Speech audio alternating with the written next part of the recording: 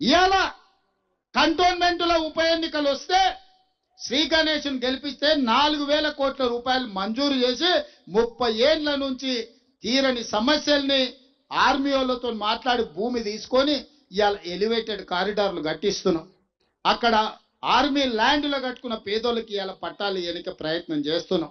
Cantonment ఇప్పుడు మొన్న ఏం చెప్తున్నాడు, కంటోన్మెంట్ బై ఎలక్షన్లో గెలిచినాం, 4,000 కోట్ల అభివృద్ధి జరిగింది, అందుకే జూబ్లీ హిల్స్ ప్రజలు ఆదరించాలన్నట్టు. రా చూపి, ఎప్పుడు వస్తారో రండి, నన్ను తీసుకొని చూపించండి.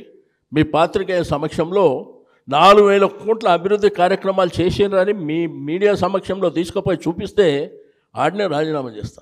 రేవంత్ రెడ్డి గారు పెద్ద పెద్ద చెప్తారు, 4,000 కోట్లు కదా, అందుకే ఇంత సైజు పెద్ద పూలు పెట్టుకోవాలి, కాలీఫ్లవర్ పెట్టుకోవాలి. రేవంత్ రెడ్డి గారు చెప్పేటి అన్నీ కూడా కంటోన్మెంట్లో కోడిని చూపెట్టినరు, ఇప్పుడు జూబ్లీ హిల్స్ ఉప ఎన్నికలో కాలీఫ్లవర్ పెడుతున్నారు చెవులలో. మేము సూటిగా సవాల్ ఇస్తున్నాం, ఇవాళ జూబ్లీ హిల్స్లోనే చర్చ పెడదాం. కంటోన్మెంట్ నుంచి మేమందరం వస్తాం, మరి కంటోన్మెంట్ ఎమ్మెల్యే గారిని రేవంత్ రెడ్డి గారు పంపాలి.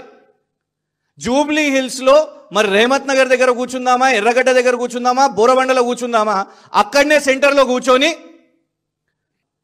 ఎక్కడున్నాయా 4,000 కోట్లు, 6,000 ఇంద్రమ్మ ఇల్లు ఏమైనాయి, ఎక్కడున్నాయని చూపెట్టమని అడుగుతున్నాం మేము ఇవాళ.